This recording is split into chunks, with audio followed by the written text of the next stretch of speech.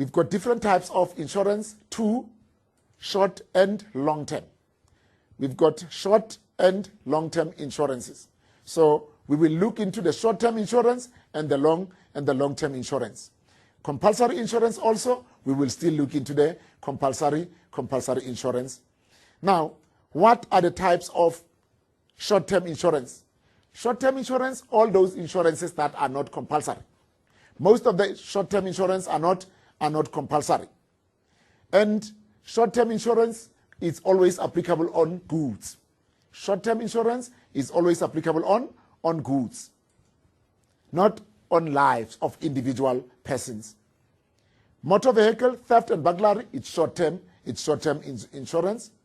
It's multi-peril policies where in one policy there is other small policies added together.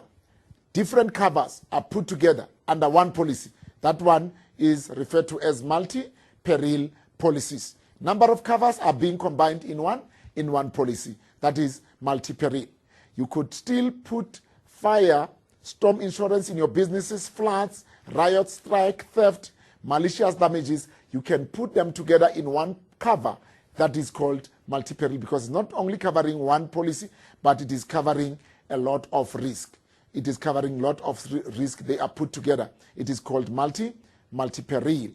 Now, this is a practical example of what could happen, and it's also a short-term insurance. Storm damages, earthquake, floods, gale force winds, acts of nature, all of them, they form part of the short-term insurance. In most cases, short-term insurances are basically those insurance that you see now on your screen. Now, motor vehicle insurance also can happen as a result of theft. It can also burn down, or else it can happen that it is involved in an accident. So this is basically the cover of a motor vehicle accident. These are part of the short-term insurance. Fire insurance can still be covered also by insurance companies, but it is also a short-term insurance.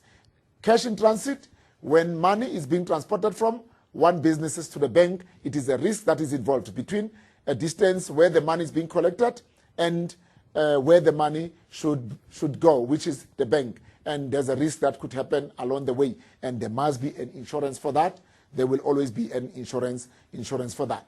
Theft is always in our day-to-day happenings, and insurance cover most of that under short-term insurance. Taking your possessions without your permission is theft. Burglary, forced entry, it is also covered under short-term insurance. Fidelity insurance, in terms of employees who may not be honest enough, employees who may be stealing in the business, then there is a short-term insurance for those employees also. Multi-peril example could be floods. It could also happen. Earthquakes, you can look also in terms of droughts in areas where there is also farming. They also have those insurance covering under one insurance, which is a multi-peril insurance policies. Now, we've got on the other side the long-term insurance. Long-term insurance will be different now from the short-term insurance. Let's look into examples of the long-term insurance. Life insurance, retirement annuities, it's part of the long-term insurance. Pension fund, it's also part of the long-term insurance.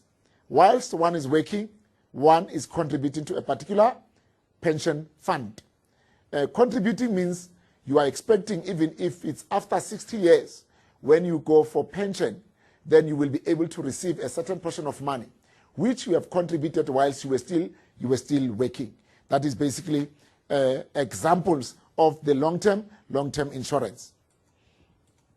Then we've got also compulsory insurance. Unemployment insurance fund is an example of a compulsory insurance. What makes it compulsory? Then we must also clearly understand what makes it compulsory. All the insurances that are falling under compulsory insurance. They are meant to be compulsory by the government, forced to be compulsory by the government. It means every business that is involved will be forced to have these as a matter of must. You cannot employ an individual and not allowing that individual to contribute to unemployment insurance fund. It is by law. It is meant by law that each and every individual who is employed, that individual must always be insured for the time when the person is no more working. Road accident fund also. Every vehicle that is on the road must always be roadworthy, because any claims that should result will result in whether the vehicle was roadworthy if there is an accident, so that all those individuals that are involved in an accident may be able to claim. All those individuals will be able to claim from the insurance company. Most importantly, when you look into your first topic, which is the business environments, we've got different acts. Looking into those different acts, all these acts also appear from those different legislations. This is part of that. Especially, you can recall well when you see COIDA, Compensation for Occupational Injuries and Diseases Act.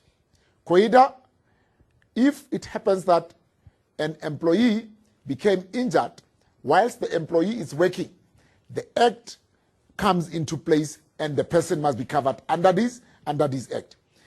When we look into the contribution of COIDA, an individual employee may not be able to contribute, but the employer himself have a certain percentage that he contributes to these COIDA. So not only did the UIF or the RAF, but also COIDA, that is also compulsory. So you will be forced as an employer to have all these in place so that you could be able to cover all your employees if there is an injury that could take place. Now we've got an insurance and assurance. It must be clearly defined, the difference between an insurance and assurance. The difference could be insurance is applicable in an event that might happen. Assurance will be applicable in an event that is surely going to happen. The difference could be slight difference. The other one, an event might happen. What is an example of an event that could happen? We are not sure that fire could take place. We are not sure that there is a person who might come and steal from our own businesses. But there's a likelihood, there's a possibility that it might happen. So that falls under insurance. But when we talk about life policies, we know that death is certainly going to take place. We know that even if it's not happening today, at a certain period of time, it will definitely happen. That is why we use the underline with it will happen under assurance. It might happen under insurance. Now, we go a little bit back in terms of the two principles. Principle of security and the principle of indemnity. The principle of indemnity applies under insurance. The principle of indemnity will apply here under insurance. But the principle of security will apply under assurance. You remember, we said the principle of security, something that we are definitely sure that is going to happen. We made an example. In case one dies, then the deceased will always be able now, the money that the deceased was paying will be able to pay for the dependents of the deceased. So it is an example indicating very clearly that this is security and this one will definitely be something that might happen, which is in the indemnity. There will be a payout. This one, there will be a payout if the insured claim. It means you must claim so that there will always be a payout. If you don't claim, there will not be any payout.